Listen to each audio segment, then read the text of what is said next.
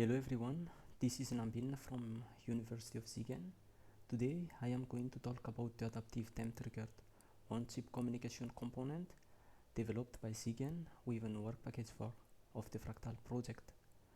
The purpose of this video is to show the functionality of the component so they can be used if needed by any partners within the FRACTAL project.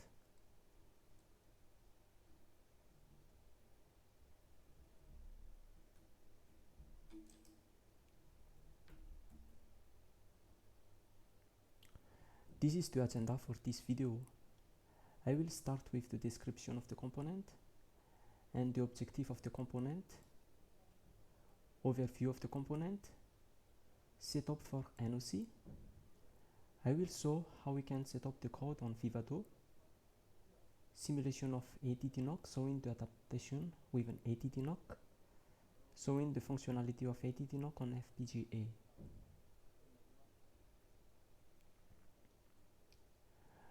In the FRACTAL architecture, the one-chip communication is established by an adaptive time-triggered network on chip to connect the multi-core architecture. To support the safety services requirement, such as low jitter, deterministic communication, fault isolation, real-time communication, and reconfigurable platform, the network on chip is extended with time-triggered capabilities and adaptability feature. So the main objective of this component is to develop a safe one-chip communication for multi-core architecture. This is the general overview of the ATTNoC. The adaptive time-triggered NOC is an extension of TTNoC with adaptability feature. The adaptability feature allows the platform to be reconfigured with another schedule when failure of component occur during runtime. The figure in the slide gives an overview of the adaptive time-triggered NOC. The architectural has a tile which are interconnected by NOC.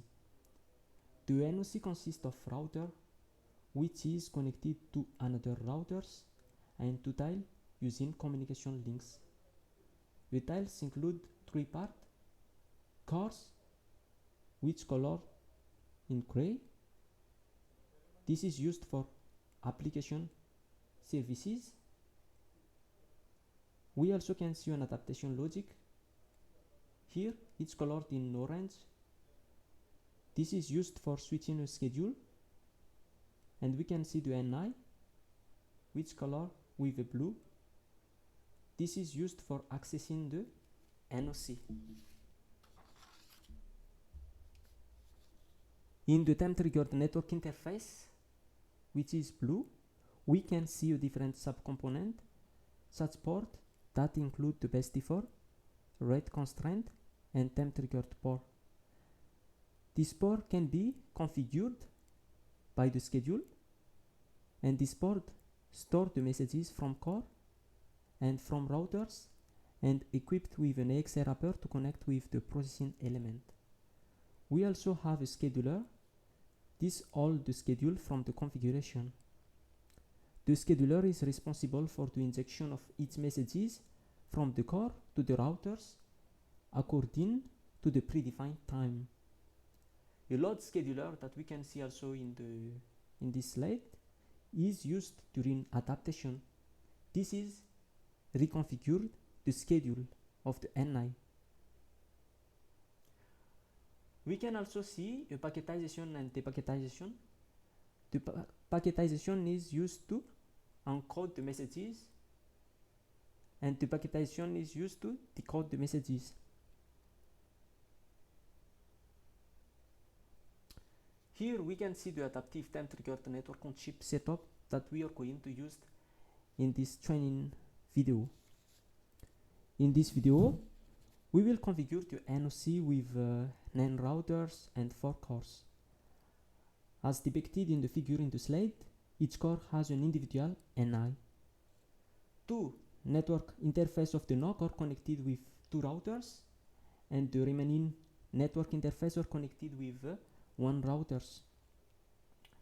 To see the behavior of the adaptive TTNoC, we injected a permanent fault in the router R7. This permanent fault corrupts its messages that pass through this router.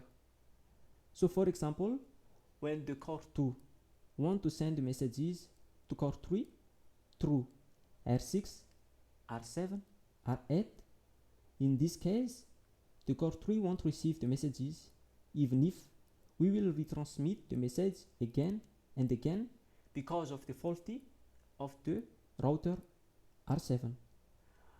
So the solution is to switch the schedule and change the path and isolate the router R7 in the path so the messages can reach the destination.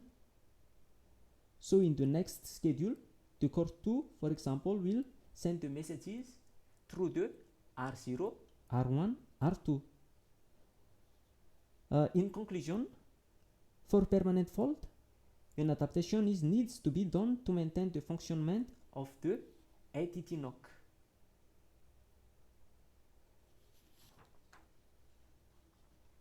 So here we are going to see how we can set up the code on the Vivado.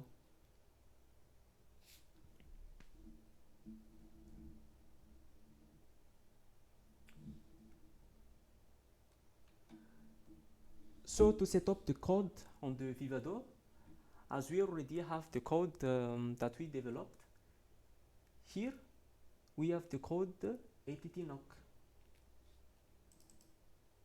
In this folder, we have the ATTNoC. This folder has 3 folders which are code. These codes include the code of routers, ATTNi, include also the library and the mesh topology, global time code. And the second folder is the test bench here. This is used to simulate the ATTNoC. And the third folder is the configuration. That is the actual schedule of the NOC. As usual, we need to import all of those code in the Vivado to set up the NOC architecture. So the first thing that I would like to do is to open my Vivado and create a project.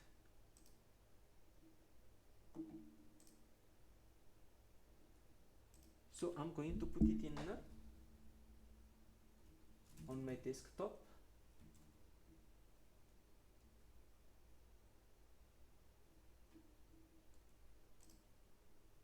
For example, in a code ATTNoC. So I will click next. And then I will import all of the codes. On my desktop, I can see the code ATTNoC. As I mentioned that on the code, we can see, for example, the code of the topology of the mesh, the router, the NI, and the library. So I will start with the library. In the library, we have a safe power. And this should be changed the name to the name of the library.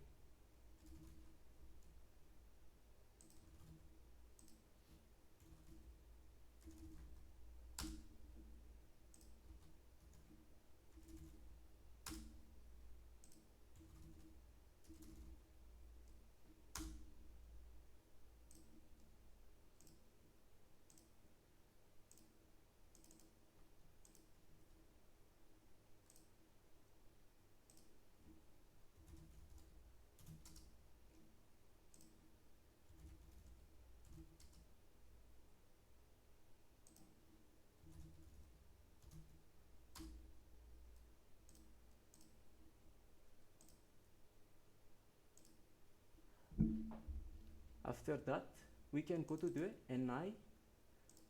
So import the code of all the NI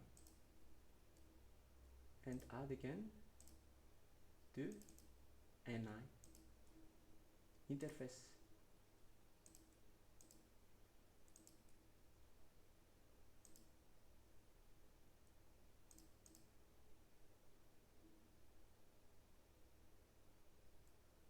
After that, we will import the router code.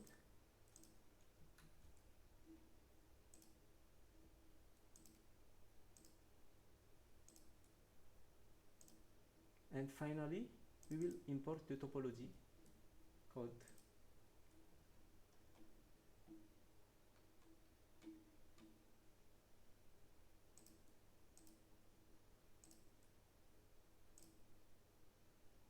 Okay, so I don't miss anything.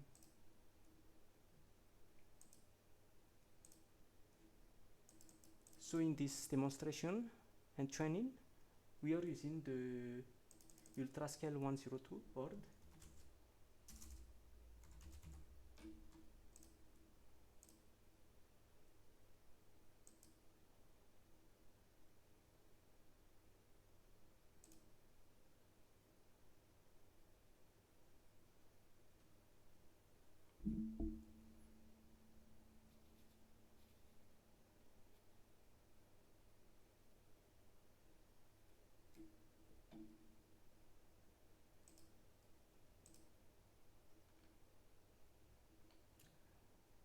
So here we have imported all of the codes for the ATTNoC.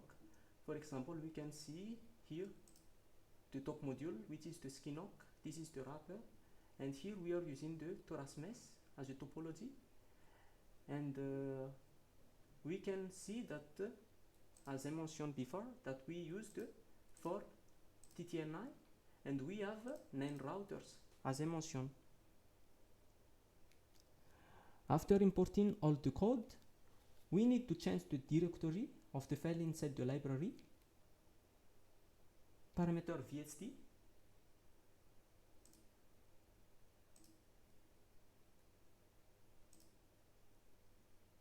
Under the system.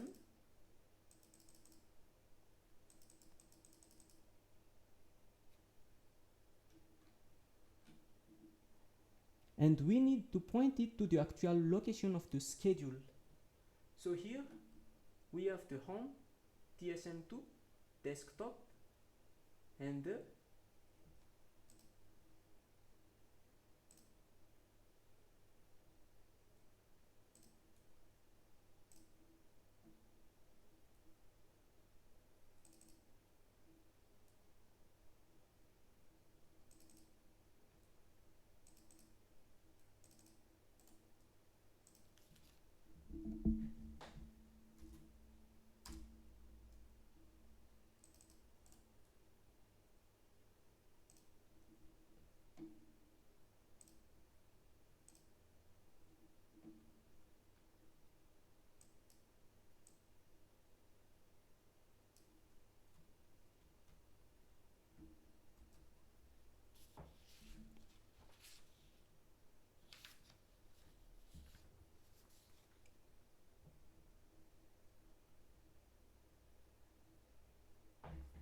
so we need to save it.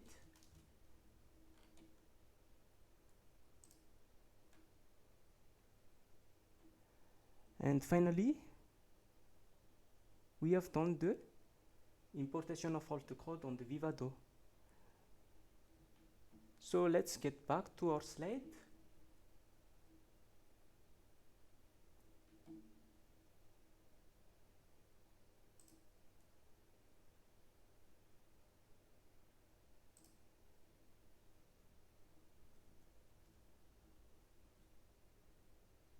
So we have seen how to set up the code on the Vivado, and our next step is to simulate the ATTNoC.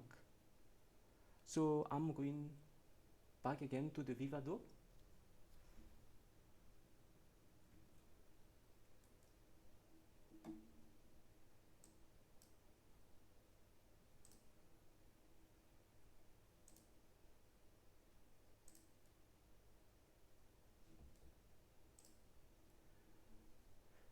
So this is the code like which we have for the ATTNoC. So in the simulation, we need to have a module that behaves like a core to inject and read the messages to the NI and from NI. So when we go to the simulation, we can see this core. So in this simulation, we are using a custom core to inject its messages to the NOC. We called it CD xsim. So to make it simple, we will consider the communication between core 2 and core 3. The NI2 transfers the messages to the NI3 according to the specific time from the schedule. So initially, ATTNoC used the initial schedule. So I'm going to run the simulation.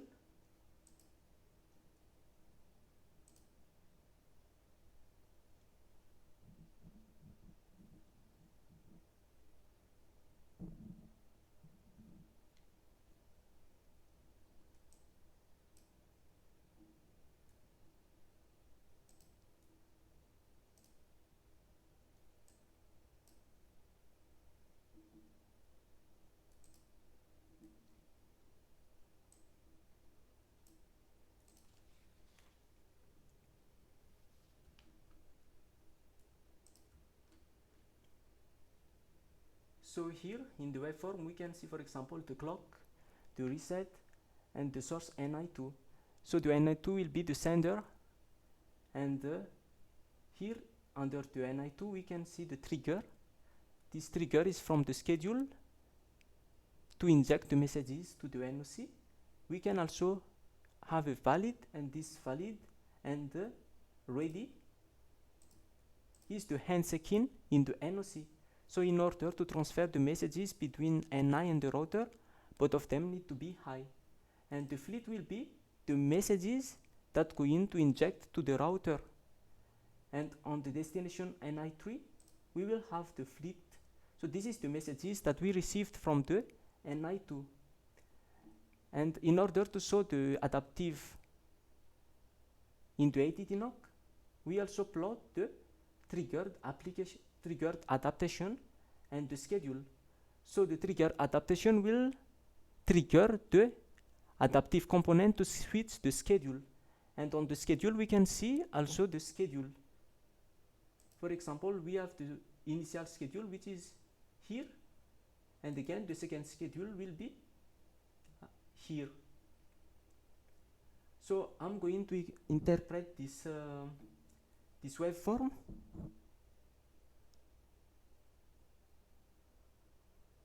In the waveform, we can see that the NI2 transfers the messages to the NI3 according to the predefined schedule. So here is the NI2 send the messages to the NI3, but as we can see here that the NI3 did not receive the messages from the NI2. The reason of this is we have the faulty router 7, and the NI2 messages did not reach to the NI3. So here, as you can see on the trigger adaptation, here we have a trigger adaptation, means that we detect the failures on the router 7. So the system switched the schedule. And when we inject the second messages here, since we already used the new schedule, we can see here, this is the messages, and we can see also that we are receiving the messages.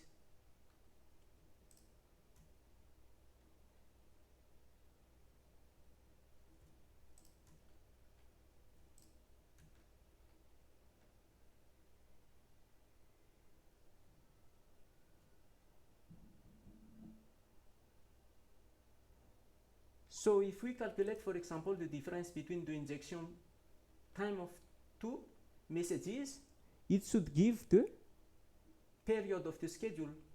So let us see the first injection time of the messages.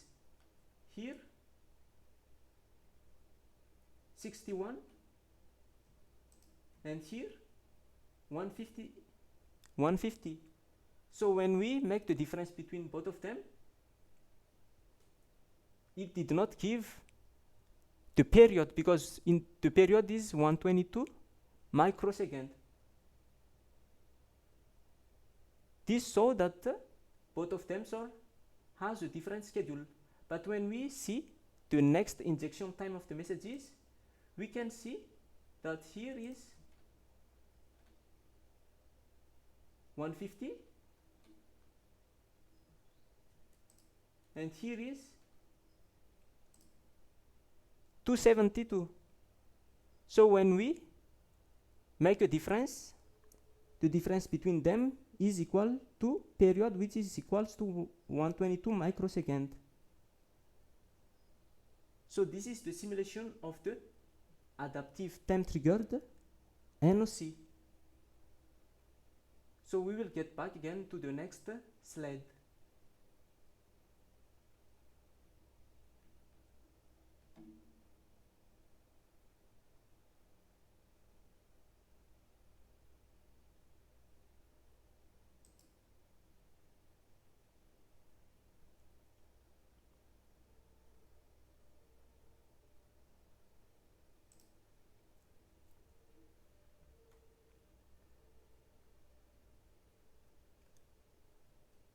So we have seen the simulation, and now we are going to see the hardware implementation of the ATTNoC. So how we can import all the code and program the FPGA based on the ATTNoC component.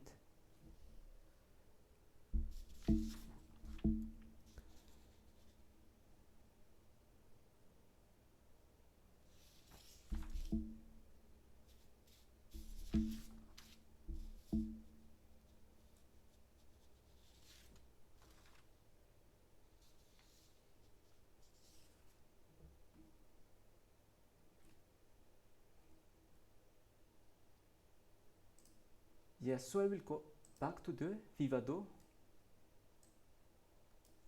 So to set up the ATTNoC on the block design, we need the custom IP of the ATTNoC, the GTB module,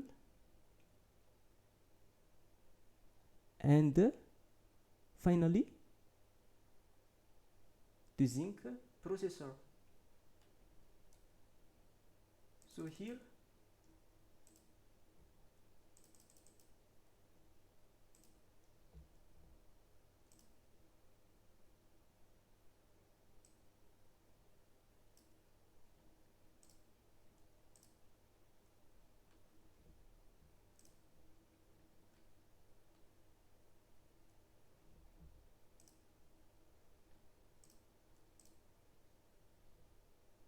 sorry, I forget to close the simulation. So after we close the simulation, we can open the block design.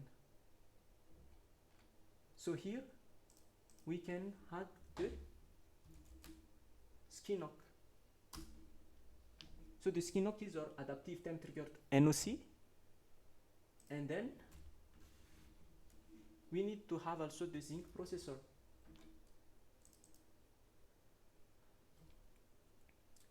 In this example, we are just use the Zinc processor to emulate the multiple cores. Since on the Zinc also we have a lot of cores, we have a lot of cortex, but we can also use a microblaze or a gateway based on the design that we want.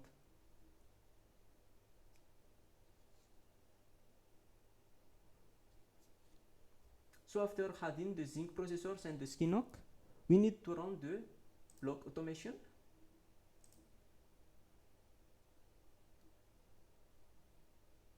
And run the connection automation.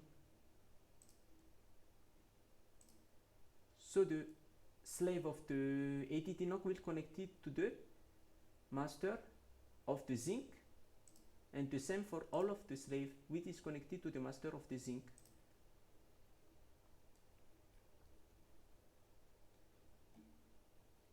Then we need to run the connection automation again.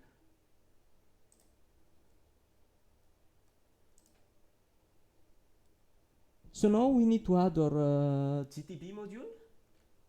Since here in this code we don't have the GTB, we need to import the GTB from the source code. So add the source code, add files. called ATTNoC. Under ATTNoC we have the code, we have a global time.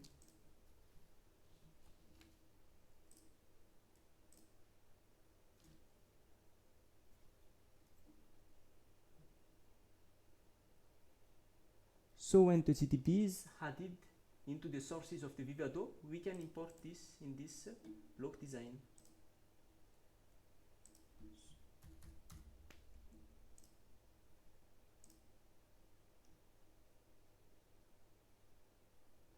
So now we can interconnect the counter to the GDB, and this will use the same source clock of the provided by the zinc, and the reset will be from the RSTPS8. For the microtick, this is the granularity, how we can measure the times in the ATTNoC. So we can choose based on what we want.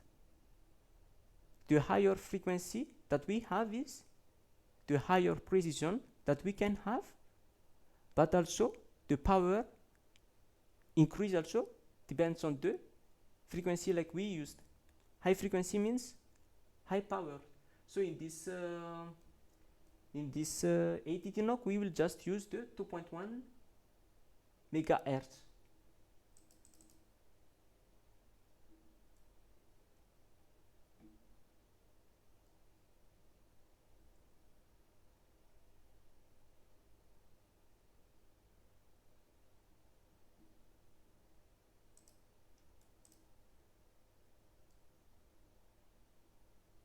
On the low powers, on the PL Fabrics clock, we can choose any clock.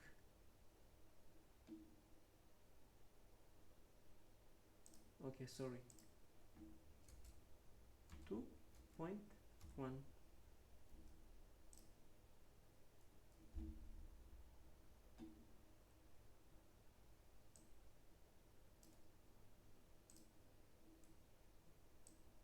And finally, the reset to the reset.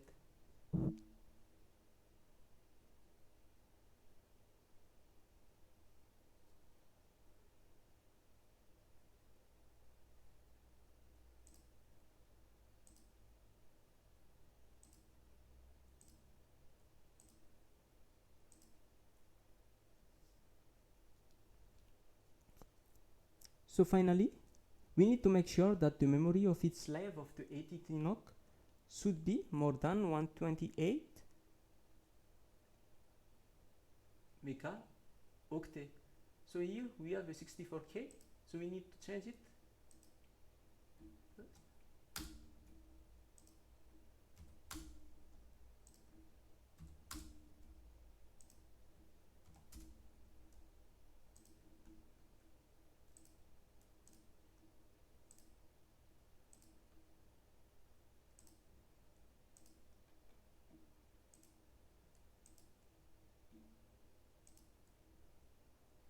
And then we can do the validation.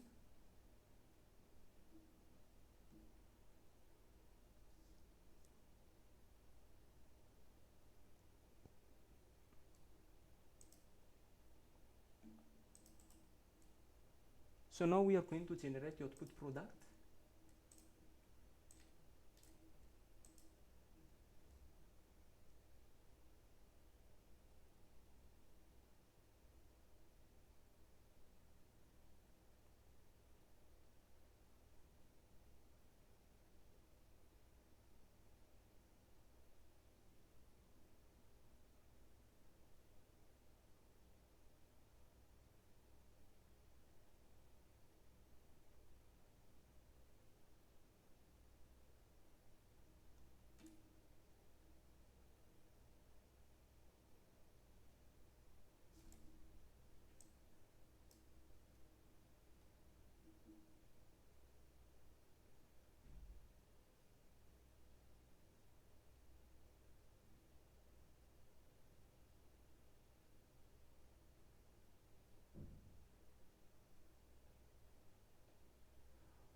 Okay, so I think like due to some file that we have missing on this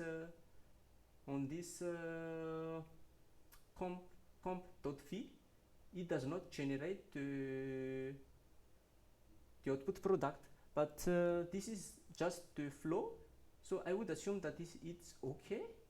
And the next step is to create the HDL wrapper.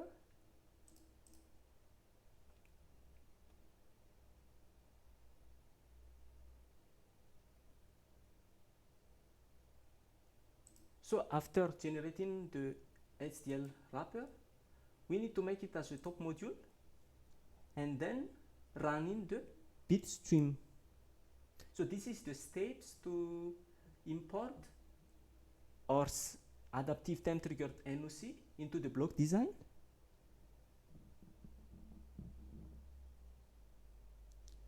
Since we already generated before for the bitstream, we are directly go to the next step to import our XSA file to VTs.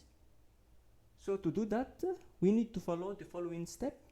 The first step that we need to do is to create an application project, and then after creating an application project, we can import our custom C code, and then we can, for example, also open the PicoCom to see what's going on in the processor, to see like when we transfer the messages and receive the messages, so we can visualize the messages. So I'm going to go to the next step on the VTs.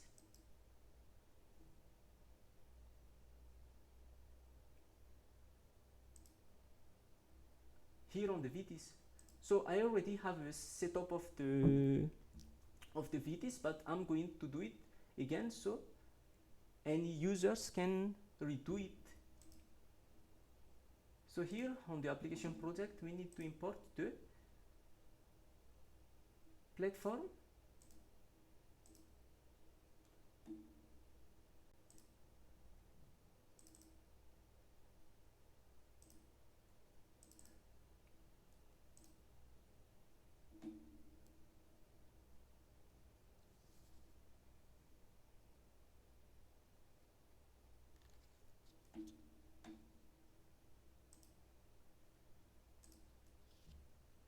so for example, pros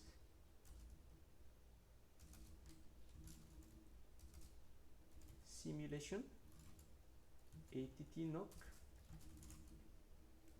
So we have a different processor that we can use in the sync processor.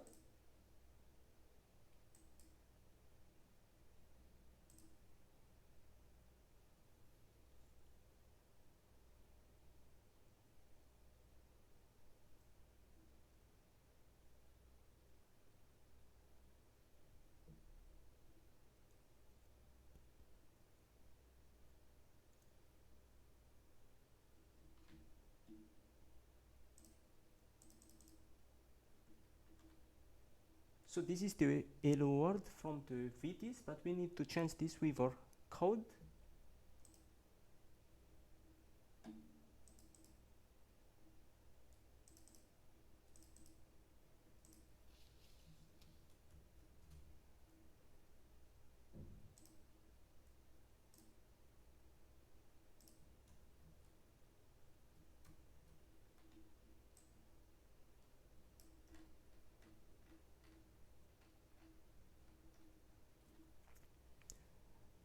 So for the hardware implementation, I just used the same concept as we've seen in the previous simulation.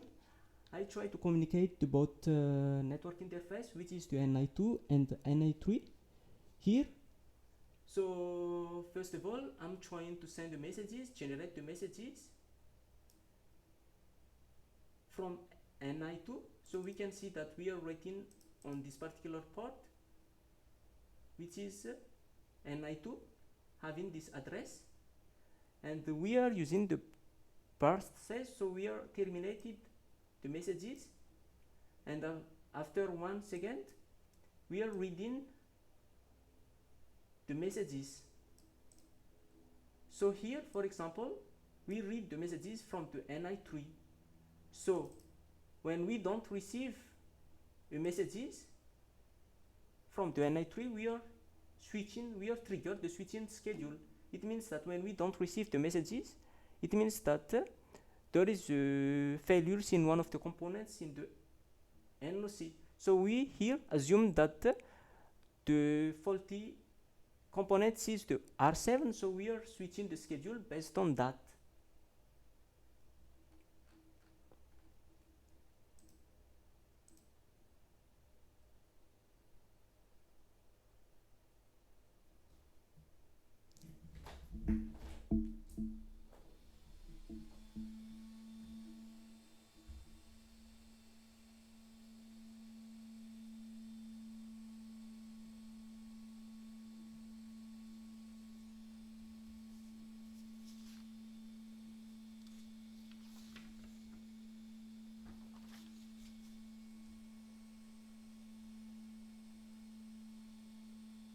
So what we do is we are sending the first messages, which is to NI2 to the NI3,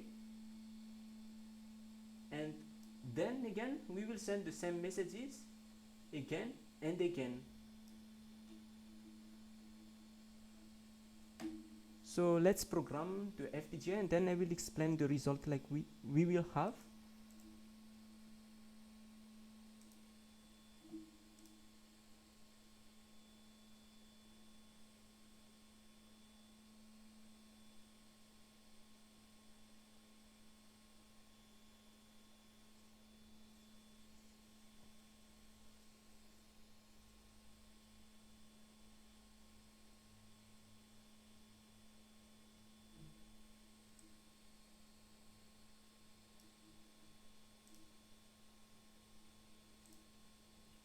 So this is the result like we got.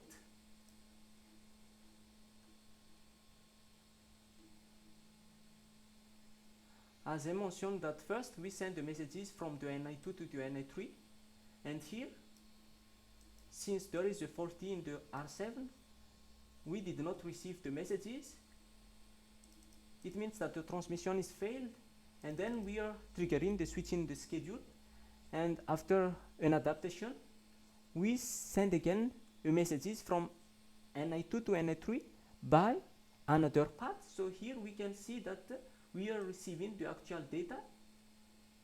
It means that the transmission is okay, and again we are transfer the same messages from the NI2 to NI3, and still we can receive the expected messages. So this is the same as the simulation that we did before.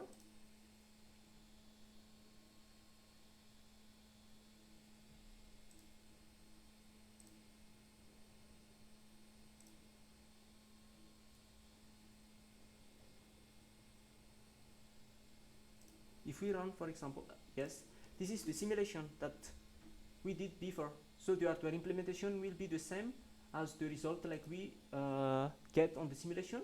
So I will remind on the simulation we are transferring the messages over here.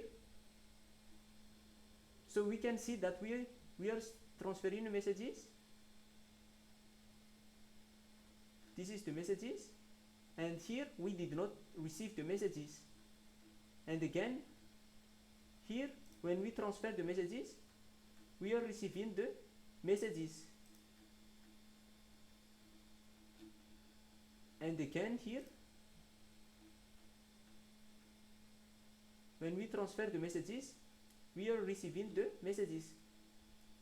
So here we can see that we are sending the messages 0, 1, 2, 3, 4, and at the NI3 we receive the messages 1, 2, 3, 4, and this is the time, this is the latency of the transmission of the messages.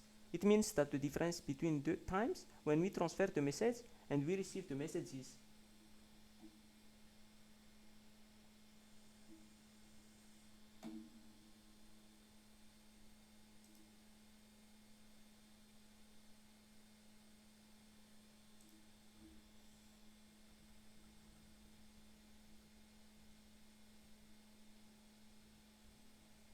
So now we are at the end of our video, so thank you very much for your attention.